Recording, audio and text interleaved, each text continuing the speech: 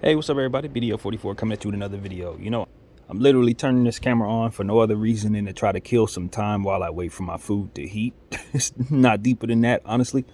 So I have no idea what I'm gonna talk about, but I figured I'd turn on the camera and free spit whatever is gonna happen, whatever is being said, it'll be said. But nevertheless, hope everybody's enjoying their day. It's a Sunday over here. It's looking dark because I'm hiding under the covers because it's kind of cold in my apartment, but that's just how I tend to do things. Kind of strange that way. It's actually noon, basically.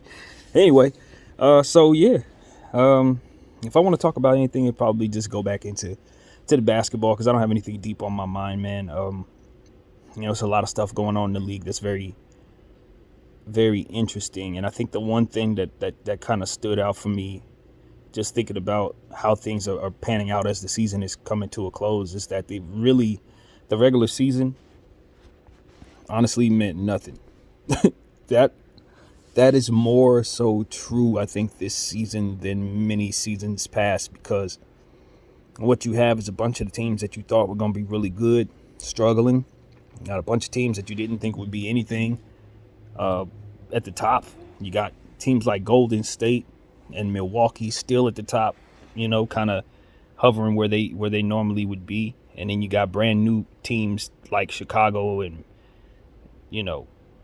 obviously Memphis, Miami that are coming along. And then you got teams like Boston and Minnesota who are kind of on the lower back end, but are still extremely dangerous in their respective conferences. You got your Denver who's hurt, and Clippers who's hurt, but are still in playoff range. It could get their players back in time. You got a team like the Lakers who's expecting the same thing, but nobody's expecting them to do anything at all because they don't have the effort or the structure to really compete like they should, but do have the talent to upset somebody if they were to get a playoff spot. You got teams that are forgotten about, like the Cleveland Cavaliers and the Charlotte Hornets. You know what I mean? Teams that are firmly established playoff teams. A team like Portland, who's on the back end looking for a play-in opportunity. New Orleans, same thing, just made some trades and made themselves a lot better. Phoenix, who's now without Booker and CP3. Golden State without Draymond. It's just a lot going on, and you realize as the playoffs approach, there's really no clear-cut dominant leader. You got obviously Philadelphia out there with James Harden and Joel going crazy. You got the Toronto Raptors, another team that's absolutely going nuts with a lot of size and still the ability to be a deadly team when the playoffs start. I mean, it just doesn't end. I would not at all be surprised if any of those teams made it out of the conference. That's how real it is. Now, some of those teams are better than others, but like I said, it's one of those things where certain teams are peaking, certain teams are losing key players are coming back. You just don't know who's going to be playing the best at the right time. I think some of these teams might have peaked too early. Phoenix and Golden State have me worried about that. Milwaukee doesn't have the depth that you would need to get through any injury situation. The Nets, with all the talent that they have, without a full-fledged Kyrie, KD, and Ben Simmons, it's hard to really see them really doing anything. They don't find themselves in a position to dictate terms, and that's a bad thing for a team with the type of aspirations that they have and the type of competition they have in their conference. I think about the Chicago team.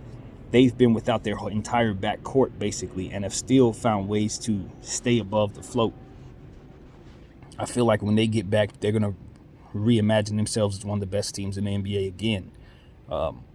Lonzo Ball's on his way back. Alex Caruso, I think, is a step closer. That's a team that could still dominate when they have everybody on the floor. So they should be considered very seriously as well. I mean, it just doesn't stop. It doesn't stop on both coasts, I think about a team like the Los Angeles Clippers, who the Lakers just saw. Reggie Jackson's playing like an all-star. A bunch of their role players are playing great. They look like Golden State the year before Klay Thompson and Steph Curry really started getting back together. They look like who they were before they got Kawhi Leonard and Paul George. And those guys could potentially be coming back for the playoffs. Can you imagine like Denver? Let's say Denver's getting everybody back and they run into a Chris Paul-less Phoenix team. You know how dangerous that situation is for Phoenix? You know what I mean? It just really may come down to matchups this season. And like I said, this regular season don't mean nothing. It means absolutely zilch, because teams have not established themselves firmly above one another. And I honestly believe it could be about 5 legitimate championship contenders and probably maybe only 8 teams that have no business talking about the playoffs. The rest of the teams are in striking distance for something. So kudos to the NBA. You can see where teams are going to be better. Even some of the teams that aren't any good this year, they're going to be even better next year. I think about a team like the Spurs. Think about a team like the Pacers. Those teams are going to be better next year. Sacramento, I think, is starting to establish themselves as a team that has a little more balance than they had to start the season with 3 guards. Now they got De'Aaron Fox playing back up to his level. That's a good thing for their situation.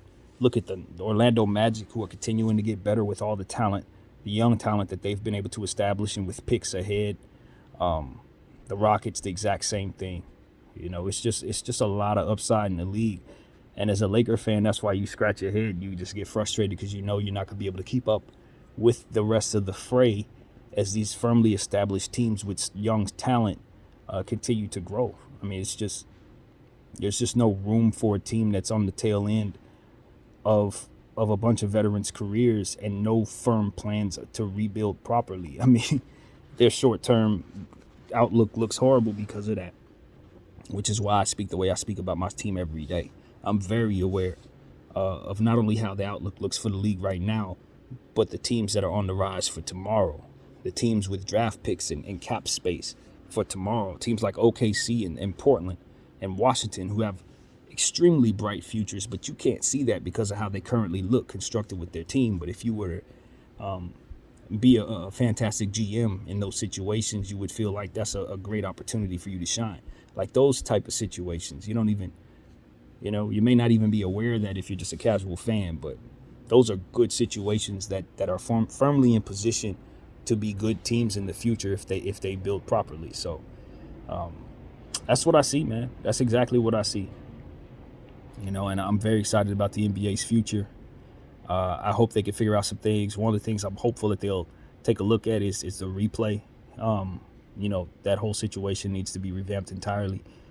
We don't need to be staring at referees standing around. That's not going to do it.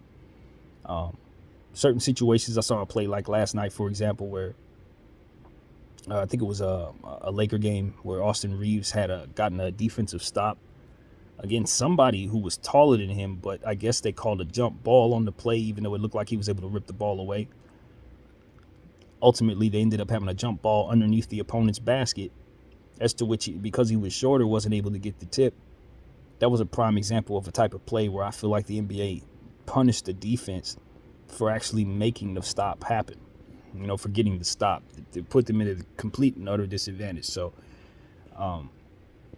I feel like maybe in a situation like that, you jump the ball on the opponent who forced, the jump ball, if you want to call something like that. But that whole situation just favored the other team. So there are little things that the NBA could do that I think will help improve their sport. Obviously, I always mention young players, put more of an emphasis on calling up players from the G League who are playing a certain level. I don't think if a guy is scoring 4 straight games in the G League that he should have to play a 5th game in the G League. At that point, he should be called up automatically or something. You know what I mean? Those type of things. So we'll have more infusion of young talent and upside talent on these teams where, if I'm being completely honest, we see a lot of dead weight occupying roster spots. And with the competitive nature of what it means to be in the NBA, I just don't think there's any room for allowing guys to hang around, especially when it doesn't provide the best product. So that's my vision for the NBA. More call-ups, more emphasis on development leagues and things of that nature. Overseas, just the same. Calling guys over who can really, really ball out and giving them an opportunity. And, of course, in my mind, NBA expansion. I really do believe we should expand to 32 or even 34 teams. I really do believe that. And the reason why I think that is because you have so many young players that are probably ready to play in the NBA and older guys who aren't ready to leave. You can definitely see situations where you find overlap with players in positions such as Orlando, where they have 3-star point guards in Fultz, Anthony, and Suggs, or you'll see that same situation with Sacramento where they just freed it up by having to basically give away Tyrese Halliburton to free up that log jam. Those type of things. You look in Toronto and all of the different forwards that they have, all the same height. Like, you could clearly see where the NBA could benefit from expanding just a little bit as players come into this league who are just more prepared to be pros, I think, just in general. So maybe I'm looking at it the wrong way. Obviously, more games is bad, but I just feel like the NBA is running into a situation where they got a little more talent than they have spots in some cases. So while we're not quite there at that point yet, I think that's where we're headed, is basically what I'm saying. So we'll see, man. We'll see. So that's really what I wanted to say, man. I killed about 10 minutes. That ain't quite enough since I got some fries in the oven. That's how I like to do it. And yeah, man, got a turkey sandwich that I'm gonna throw together as well, and just enjoy my Sunday. I encourage you all to enjoy yours as well. My name is BDF44. Thanks for watching. I'm out.